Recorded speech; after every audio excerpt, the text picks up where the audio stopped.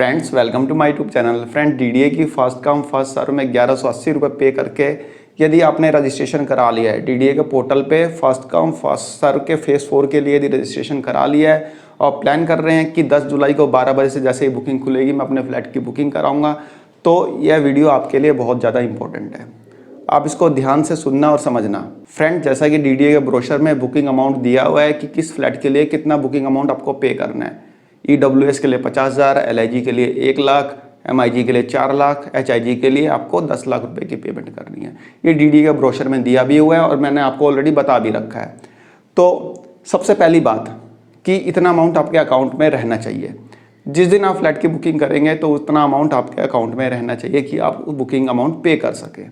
ये तो नेचुरल सी बात है, सबको पता होगी भाई। अमाउंट रहेगा अकाउंट में तभी तो पे करेंगे। ये मैं कोई खास चीज़ थोड़ा बता रहा हूँ, ये तो आपको पहले से ही पता होगी। लेकिन जो चीज़ मैं आपको बताने जा रहा हूँ वह आपको ध्यान देना है। फ्रेंड्स जैसा कि डीडीए के ब्रोशर में बता रखा है कि आप अपना बुकिंग अमाउंट अपने इंटरनेट बैंकिंग के थ्रू पे कर सकते हैं, डेबिट कार्ड के थ्रू पे कर सकते हैं, क्रेडिट कार्ड के थ्रू पे कर सकते हैं। तो फ्रेंड्स यहाँ पे जो ज़रूरी बात यह है कि यदि आप अपना अमाउंट जो है नेट बैंकिंग या डेबिट कार्ड के थ्रू पे करते हैं तो सबसे बड़ी चीज़ तो सफिशिएंट फंड होना चाहिए। दूसरी चीज़ आपके क्रेडिट कार्ड, डेबिट कार्ड या इंटरनेट बैंकिंग की जो लिमिट होनी चाहिए ना, वो उतनी होनी चाहिए कि आपका अमाउंट जो है रिलीज़ हो जाए। जैसे कि सपोज दैट आप अपने फ्लैट की बुकिंग करा रहे हैं LIG कैटेगरी के, ठीक है, आपने रजिस्ट्रेशन करा लिया, 1180 रुपये पे कर दिया। उसके बाद 10 जुलाई को 12 बजे बुकिंग खुली तो आपने फ्लैट की बुकिंग के लिए प्रोसेस स्टार्ट कर दिया, सारा फॉर्म भर दिया, अपना फ्लैट सेलेक्ट कर लिया, सब कुछ कर लिया।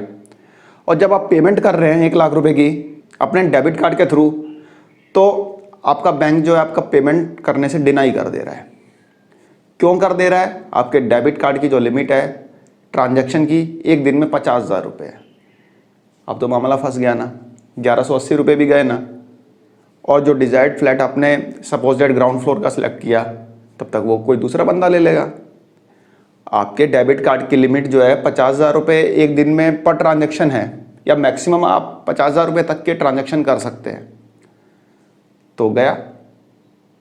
दूसरी चीज़, आप HIG कैटेगरी का फ्लैट बुक कर रहे हैं और आप इंटरनेट बैंकिंग से पेमेंट कर रहे हैं, सब चीज़ें कंप्लीट कर लेते हैं, आपने फॉर्म भर लिया, फ्लैट चूज़ कर लिया, सारी फॉर्मेलिटीज़ वहाँ पे आप कंप्लीट कर लेते हैं फ्लैट बुकिंग से रिलेटेड। और जब पेमेंट करते हैं तो आपका बैंक आपके पेमेंट को डिनाई कर देता है। रीज़न आपकी ट्रांजैक्शन लिमिट जो है 5 लाख रुपए है मैक्सिमम।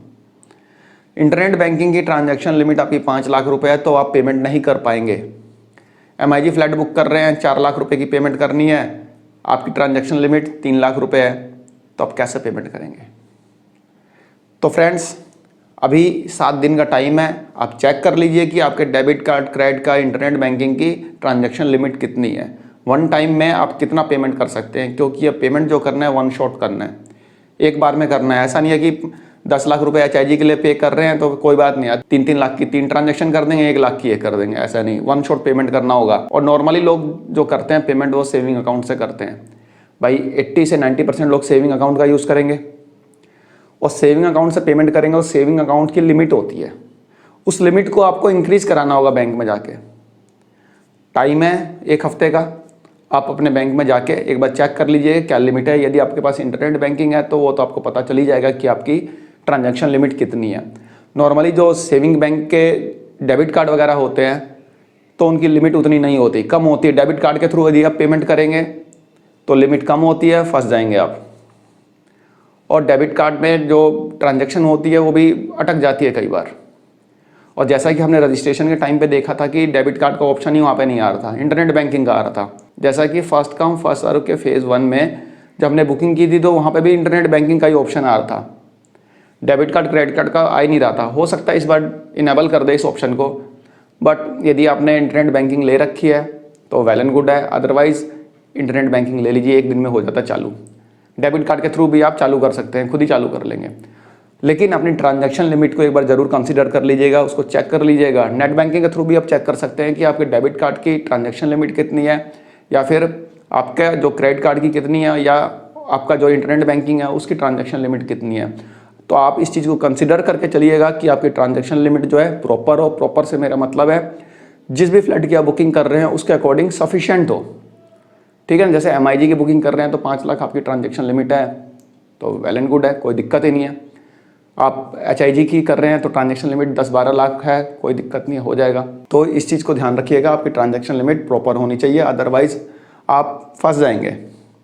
जो 1180 रुपये आपने पे किए है ना, और डिज़ायर्ड फ्लैट के लिए आप 12 बजे एकदम आपने लॉगिन कर लिया है, तो आपको आपका डिज़ायर्ड फ्लैट जो है आपके हाथ से जा सकता है। तो इसलिए एक बार ट्रांजैक्शन लिमिट को ज़रूर चेक कर लेना।